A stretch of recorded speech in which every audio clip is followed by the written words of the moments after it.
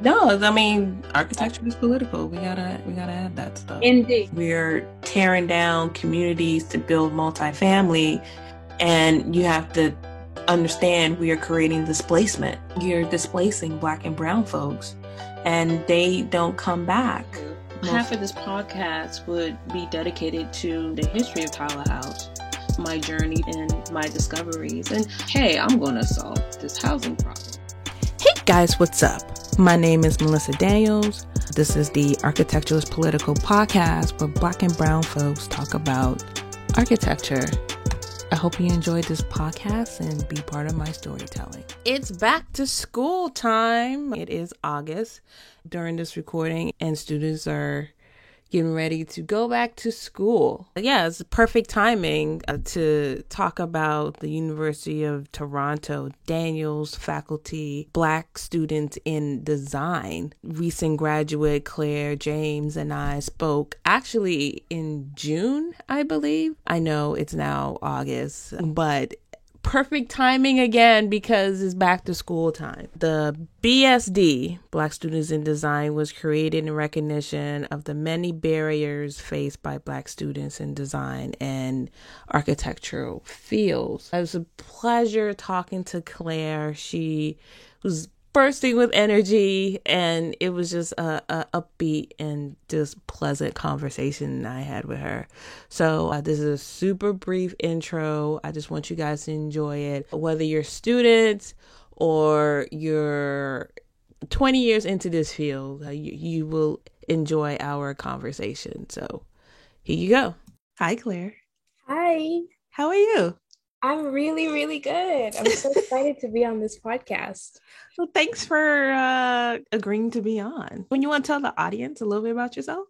Yes, so my name's Claire James. I'm currently in Canada right now. So, yeah, and I am the founder of Black Students in Design, which is a student-led club at the Daniels Faculty of Architecture, Landscape, and Design at U of T. So I'm the founder, and I'm also working on the outreach team at the Daniels faculty as well. So yeah, that's just me really, really briefly, but I'm sure we'll get into more in a second. We will. So how did I discover you? Not you personally, but the Black Students in Design group was through Instagram. Yeah. Arcus Poly, Architects Political follows you. And I was like, wow, I always like to go overseas. I always like to see what other countries in architecture are doing. And so when I see a Black student union just pop up, I get super excited. So that's what gravitated me towards you. And I contacted you and you were like, Yes. perfect timing. We just wrapped some stuff up. Yeah. So I'm curious about life in Toronto and your university. But before we get into that, why architecture? Why did you pick architecture? Okay, so I'll give you a little bit more background of me. So I was born in Canada, but I grew up in Bermuda. And in Bermuda, they have a really fantastic architecture there. And like for me, it was about the colors. It was about how everything was unique. Everything had its own place. And in Bermuda, like the roofs are white. Everything's just super colorful and reflective of just the vibrant culture there.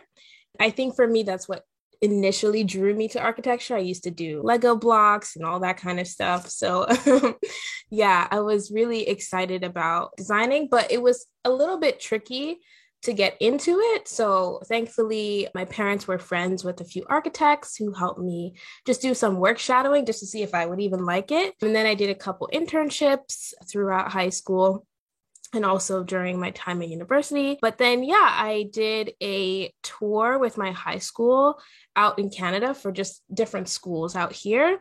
And we found U of T. And also, since I was born here and I have family here, I was like, well, this is perfect. So yeah, I was really interested in the U of T architecture program and as well the Carleton architecture program.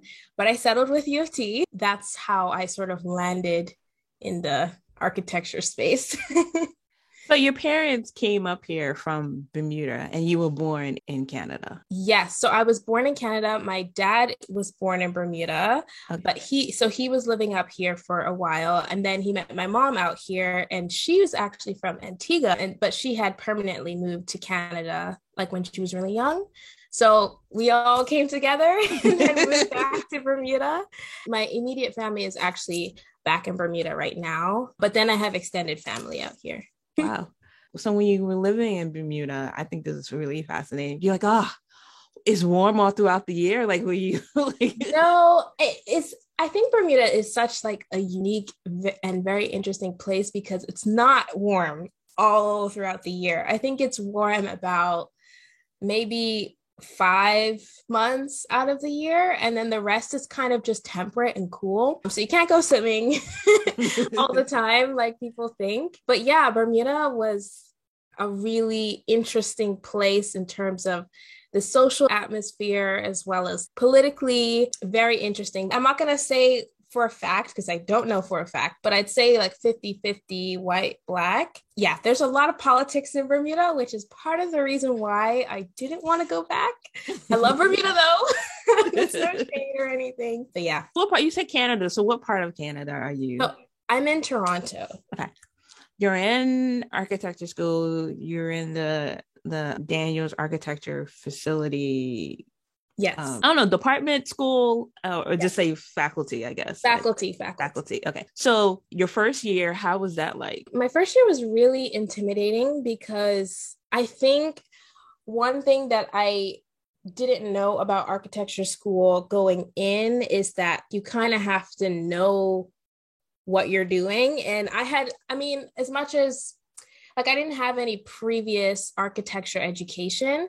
So I think it was a little bit of a jump for me going from just regular high school to just straight into architecture. And I think the reason being is that there wasn't a whole lot of like, okay, this is how you draw this. Like I think I took maybe one course that sort of taught me, different angles and the basic things of architectural drafting and using the technologies. But yeah, for the most part, it was a lot of self-learning, which was a little hard. And the supports weren't completely there, I think. But then also on the other side of it, it was hard for me to sort of feel integrated into the architecture faculty because I didn't see as many people that looked like me, and there were very few, and we were all spread out. I did feel a little bit out of place, but I don't know, I kind of got used to it in my first year. And then in the second year, I started to notice it more. And I'm like, starting to get a little bit more uncomfortable. How's the program? Is it like a 4-year program? Is it like,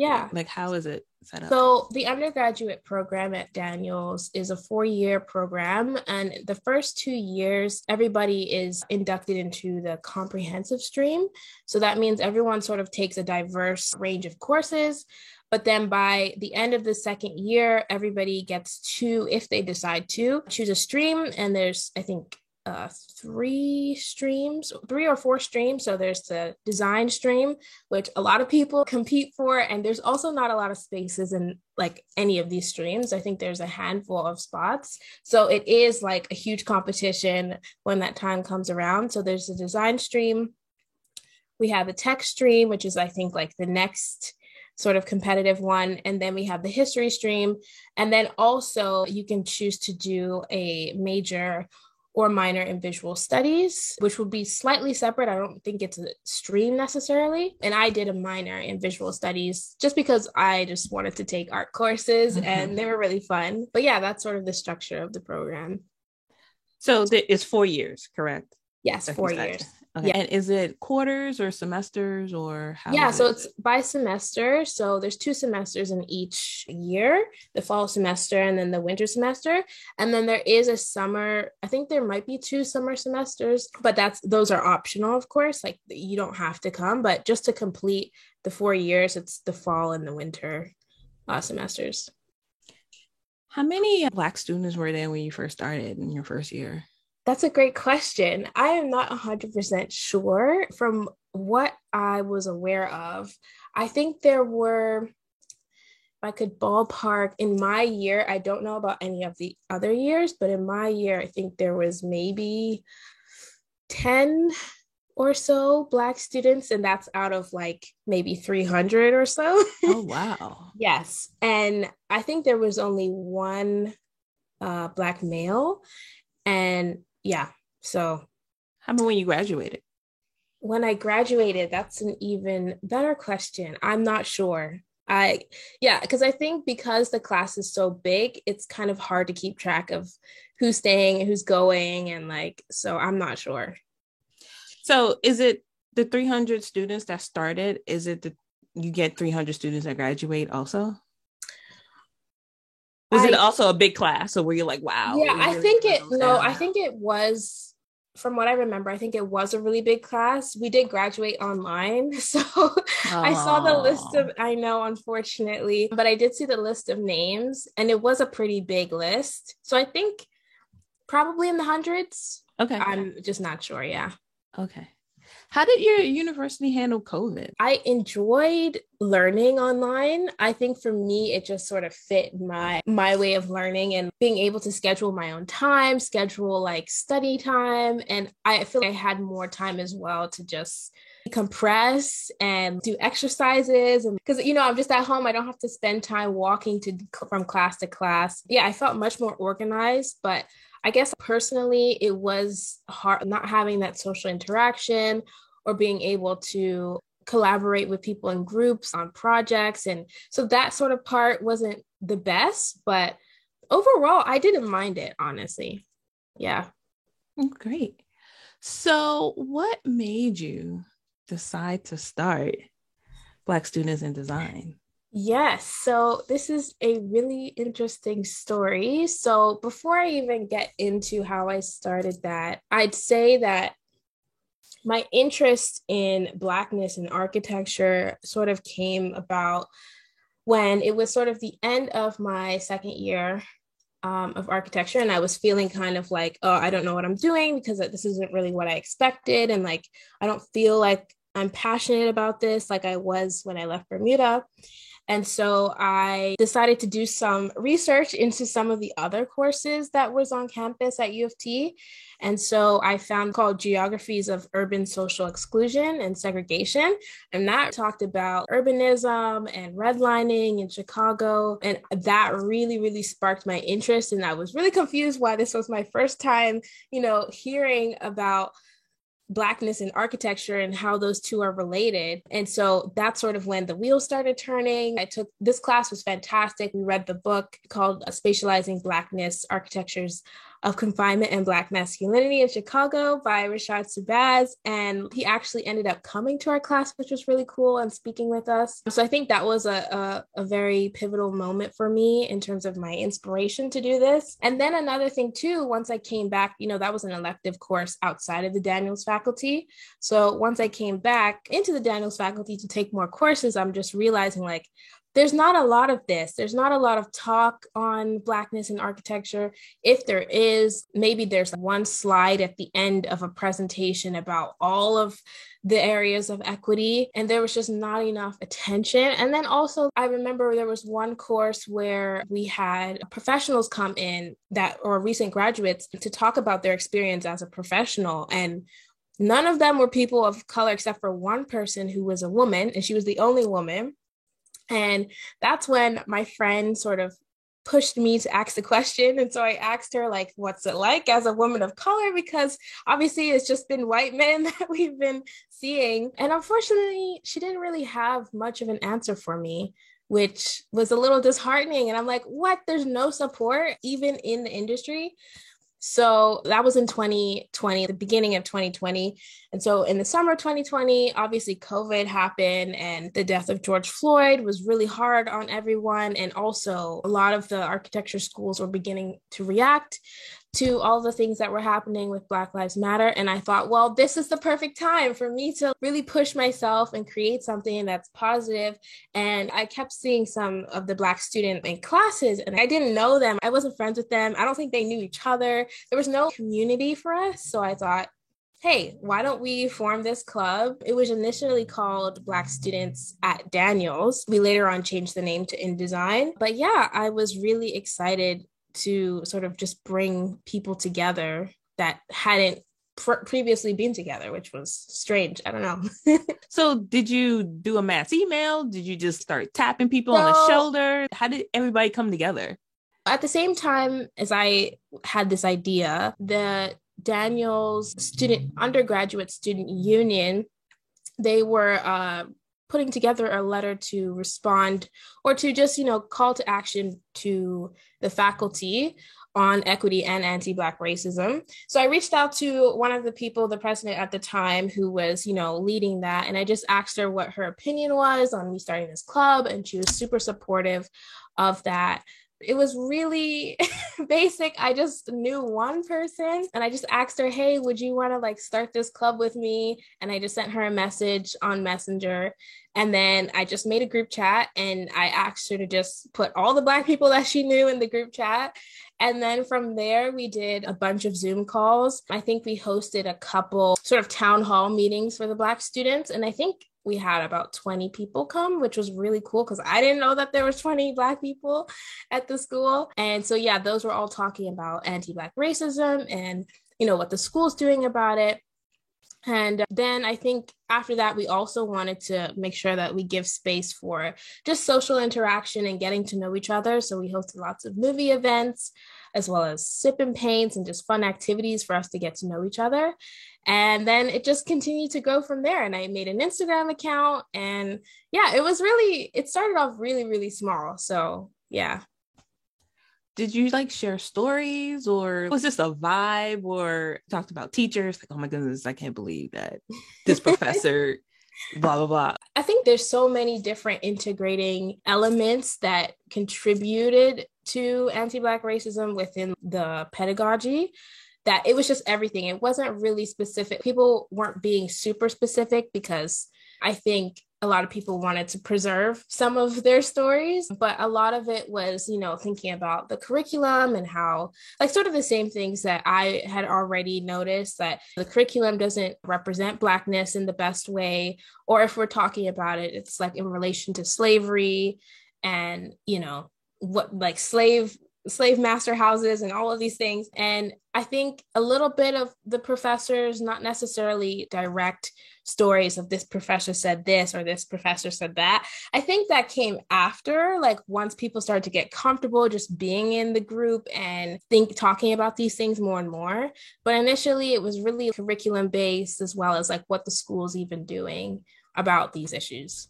How was the school's reaction to it? Did you need permission to start a group? Honestly, I didn't even think that I would need permission, so I just didn't even look or ask for permission.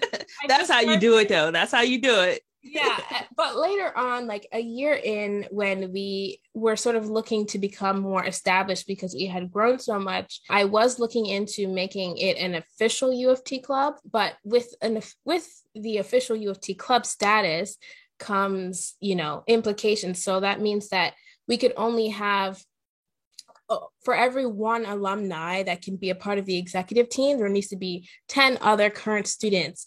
And there's a democracy process, which I also think is very equitable in that sense, that, that there is a rotation of leadership within the clubs. However, I was after that year, I was on my way out. I was about to be an alumni and we had just started working. So I was okay, you know what? We're just not going to be an official U of T club. But, now we're pretty well recognized for the work that we do. And I don't think it matters as much. But yeah. Yeah. Was there any pushback at all? Even among the group? I think there was too much pushback because this is something that just never existed before and was clearly necessary. I think the Daniels faculty saw it as an asset to help them respond to the issues of anti-Black racism, which I am indifferent about. But I think that their response, they did hold multiple town hall meetings to get people's opinions on things, which things could have turned out differently. But I think what's really interesting is that BSD became the forehead of Daniels faculty anti-Black racism efforts. What type of programs do you guys do? We started with, like I said before, just doing very social things with the current students at Daniels. And then we were approached by Aiden Cowling and Mimi Brody from the outreach office. And they're so amazing. And they approached us because they had big ideas for us. And this is about a year in. And they were like, there's this grant called the Access Programs University Fund at U of T. Their goal is to help support programs that will be sustainable for underprivileged and racialized communities at the school.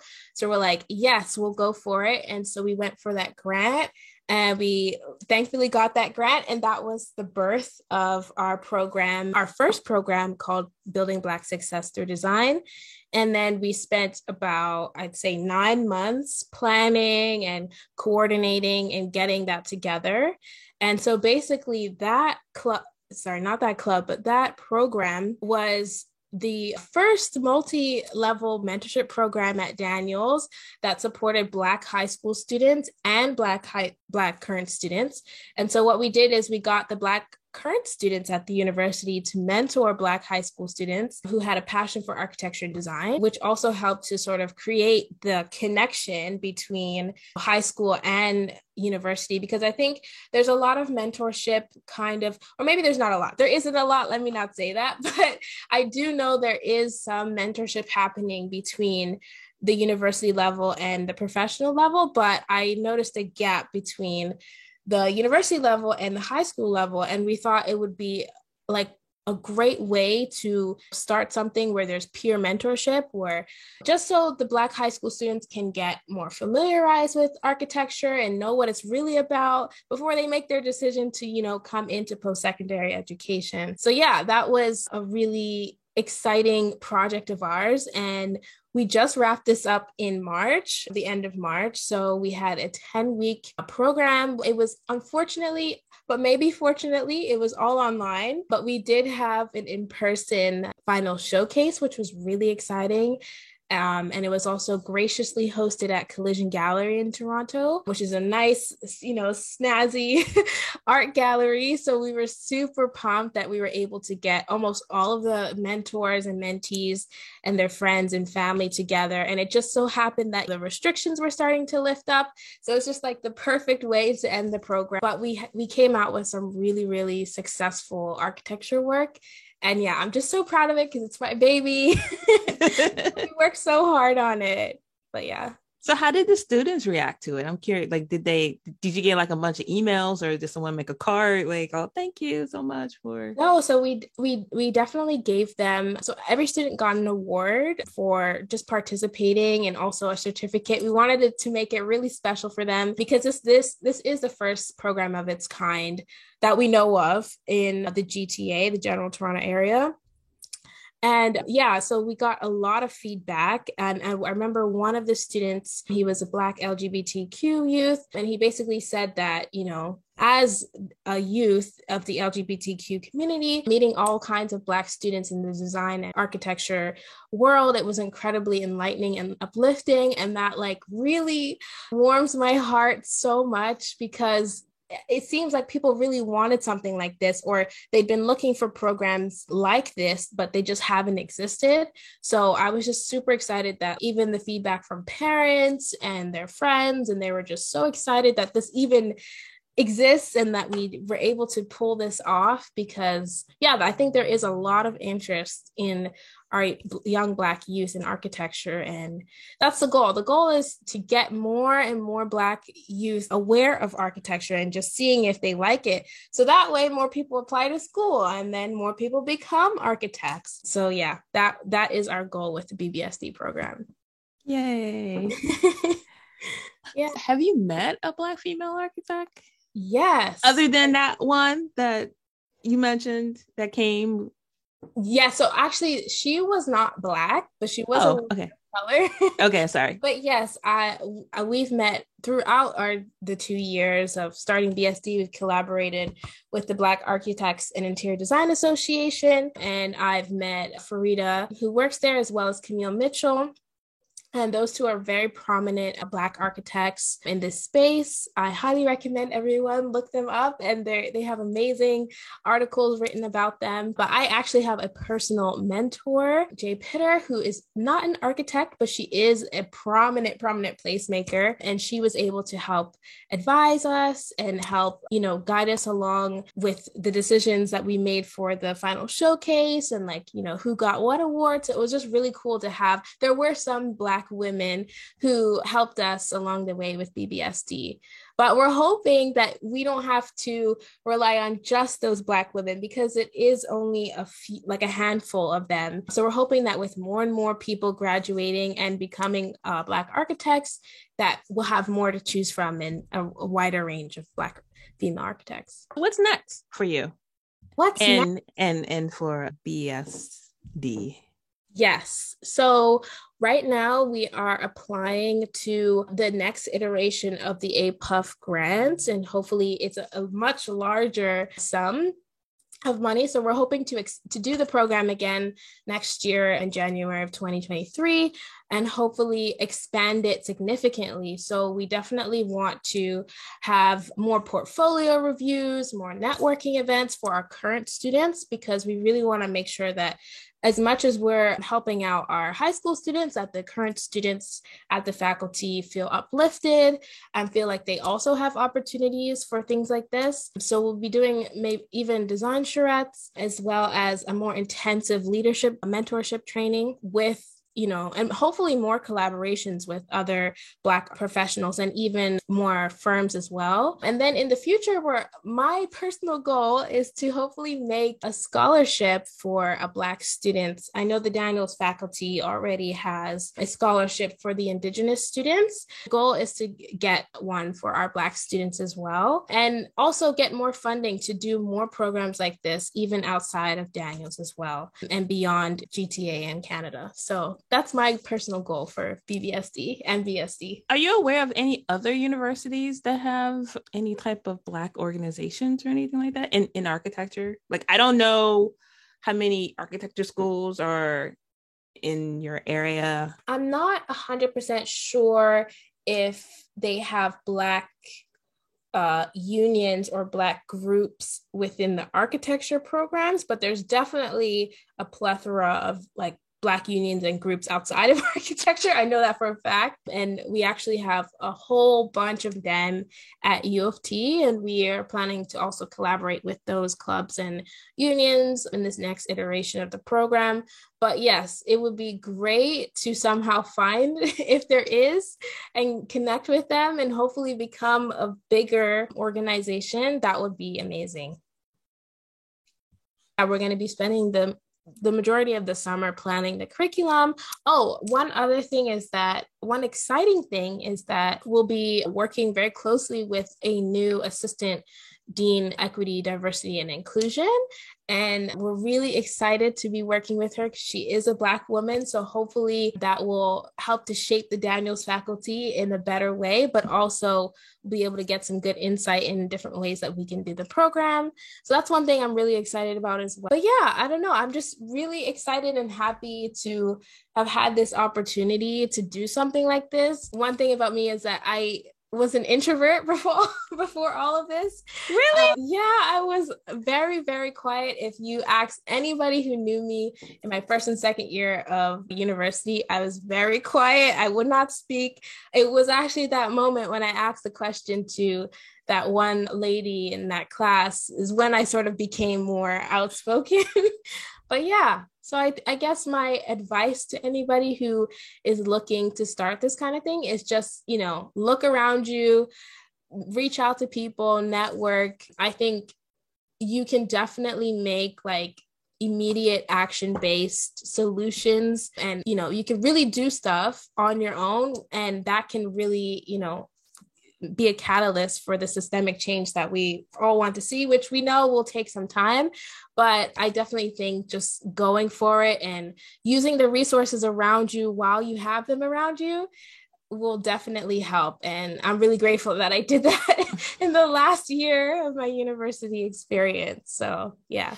Was your last year hard or was it? I think I enjoyed my last year the most because I think it was the year where everything sort of clicked for me in terms, I was really intentional in my last year about the courses that I wanted to take, like what classes I wanted to be in. And so that really helped me even gain more confidence in, doing what I'm doing now with BSD. But also I think it definitely helped to build my confidence with networking events and hosting. Daniels had asked me to host a couple of their public programming events as well. And so yeah, my fourth year was really fun and exciting, and I was really just happy to see BSD like become what it is. Yeah. What about architecture? Is there any like Black architects or Black spaces or Black designers that either you learned in school or like is around in Toronto or anything like that? I think it probably wouldn't have been from what I learned in school, but through BSD and through being able to network a lot with a bunch of different architects from the Black Architects and Interior Design Association, I think Cousins is an architect, a Black architect that I've definitely been inspired by, and their work is fantastic. I'd say also as well, Camille Mitchell, like I've said before.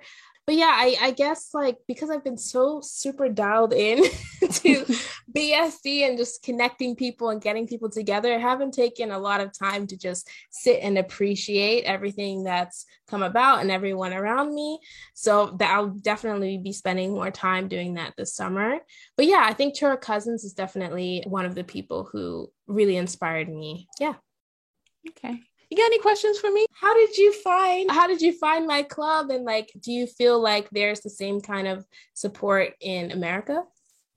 Yeah. So I'm always, like I said earlier, I'm always curious about other countries' schools and how other Black people in school, how life is and so forth. We don't really think Canada as a totally separate country. Like you have a prime minister, we have a president, like it's totally different. Yeah, you're in Celsius, we're in Fahrenheit, like you're in metric, we're in inches, so it's like it's different. When we talked previously, I had mentioned the acronym HBCU and you're like, what's that? And I was like, oh, historically Black college university. And you're like, oh, that's your reaction was like, oh, okay, like how does that work? I've never been in Toronto. I've been in Montreal, but not Toronto. So the dynamics, like I know is different.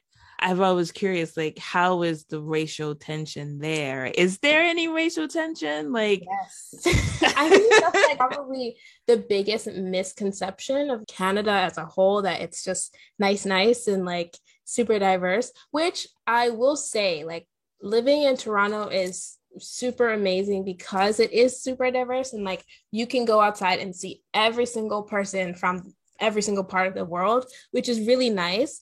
But as it pertains to Black people, yes, there is racism here.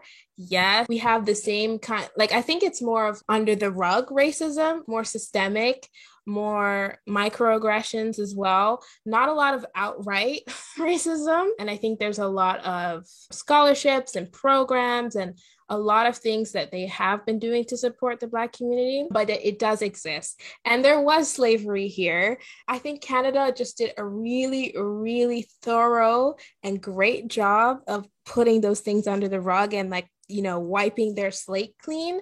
But if you look back in the history, it's not as pretty as it seems, especially when it comes to the Indigenous community, which is a whole nother conversation. But yes, with the Black community, I think it goes overlooked that it's not as nice as you think. And sometimes it can be comparable with the United States. So yeah. I'm kind of curious too, like, is it more like French racism or American? I feel like it's more towards French racism than American racism.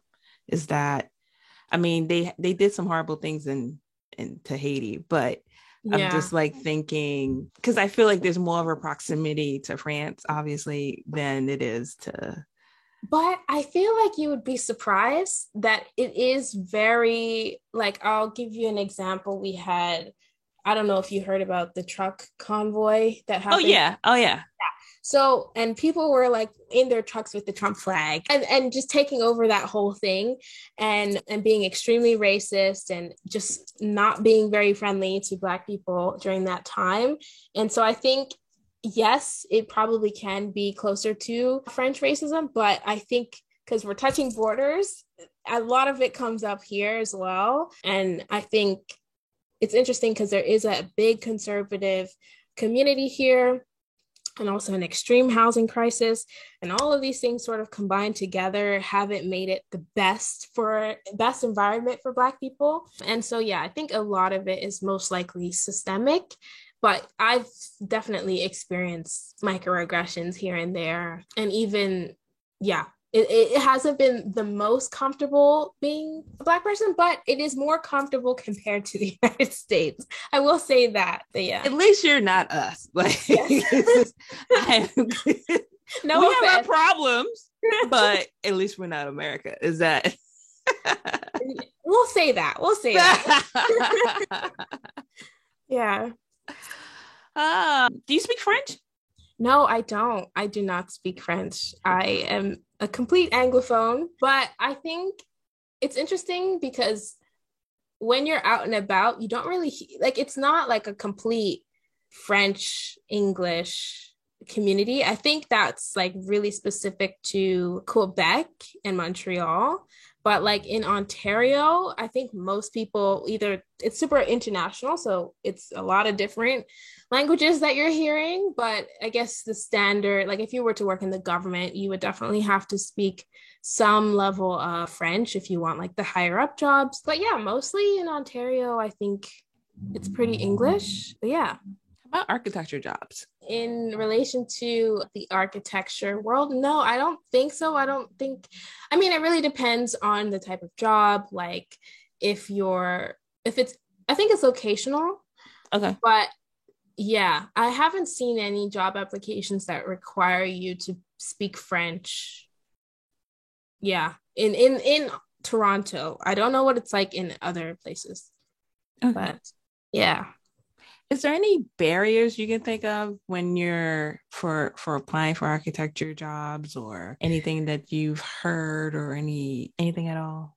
There is something interesting that I've noticed is that the reason why there's not a lot, like I think there's a handful of Black students within the university streams, but then after university, that number like shrinks down, like the number of architects that come out of that like shrinks. I'm not 100% sure, but from my own personal experience, I just found that the way that the architecture system is, it's just hard for anybody to become an architect because a lot of the jobs are sort of, there's a lot of nepotism involved as well. And like people just picking their friends and their family, whatever, and that's fine.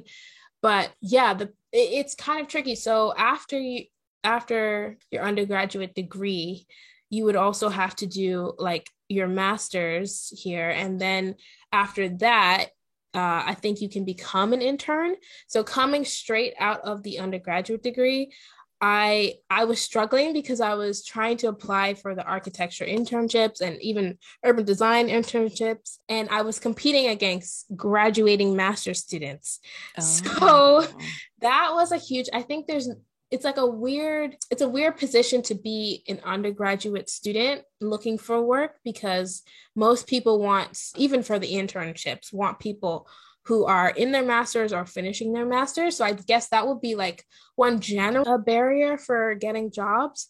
But I guess as a Black person, yeah, that's probably, I haven't fully experienced it, but I know for a fact that that's probably something that goes on where, hiring agencies will probably dismiss your work but I just haven't had like any direct experiences with like not being hired because of my race. But a lot of it has just been because of experience and I guess like as well, I've had only Bermudian internship experience. I've never had an architecture experience out here.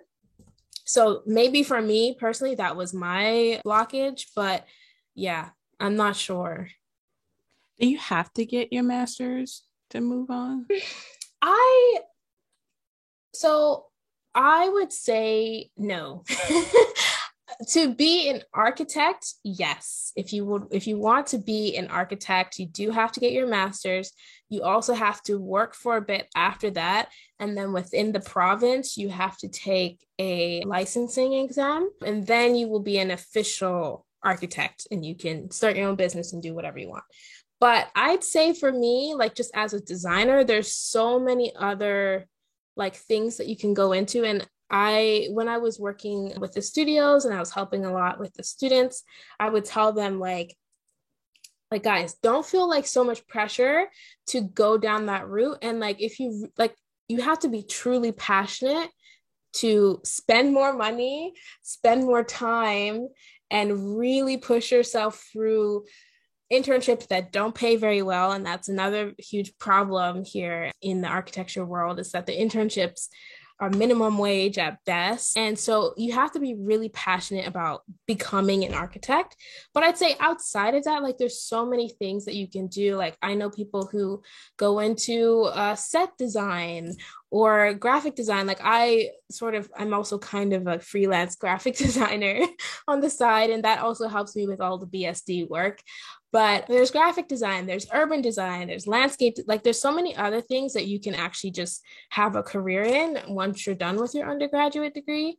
But unfortunately for architecture, it is a very long process because, yeah, I'd say it's about like a 10-year process, almost the same as becoming a doctor, which is kind of crazy, right? And that's probably also why, too, there isn't a lot of Black professionals because, access to funding, and being able to pay for that much school for so long is probably another issue. And yeah, so it is tricky. And I just suggest if people do want to become architects to really, actually take breaks between, each of your educational experiences too, to just see if that's actually what you want to do. I'm very grateful that I did not jump right into the master's degree. And I really took this time to think, what can I do, with just my undergrad? So, yeah. How much is tuition? For international students, I know it's extreme. Because I was born here, I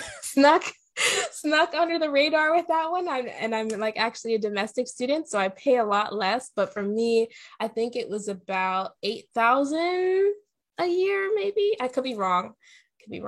I had a lot of help from my family, so I'm not 100% sure, but I know with the international fees, it could be upwards of 20,000 or much higher than that. I'm not 100% sure, but it is expensive. I do know that. But the school does give a few bursaries, as well as I know U of T has a lot of scholarships.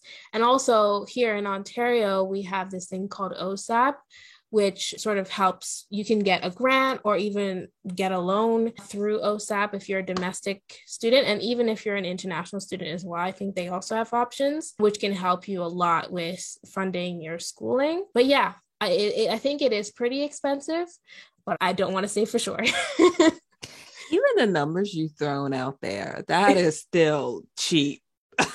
Compared to the US. Yeah, I definitely think it's much cheaper. Definitely much cheaper than the US. I mean, I know people who pay $50,000 a year.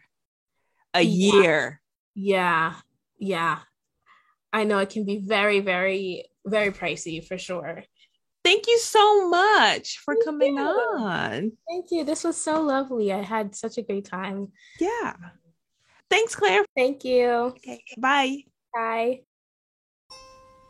Hey, listeners. I have an exciting announcement. I decided to launch a membership program for the show, where you have a chance to support me and the show directly.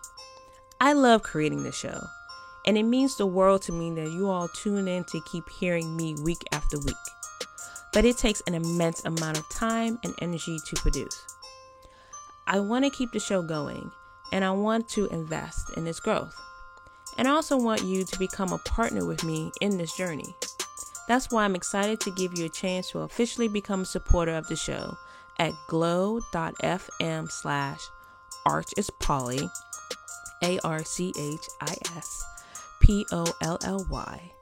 or by clicking the link in the show notes. It's quick and easy. It takes less than 30 seconds and just takes clicking a link in the show notes and using Apple or Google Pay. You don't have to create any new logins, and you can contribute as much or as little as you like. If this show is part of your day or week and you like what I'm doing, then visit glow.fm/ArchIsPolly, all one word, and support me and the show in any way you can today.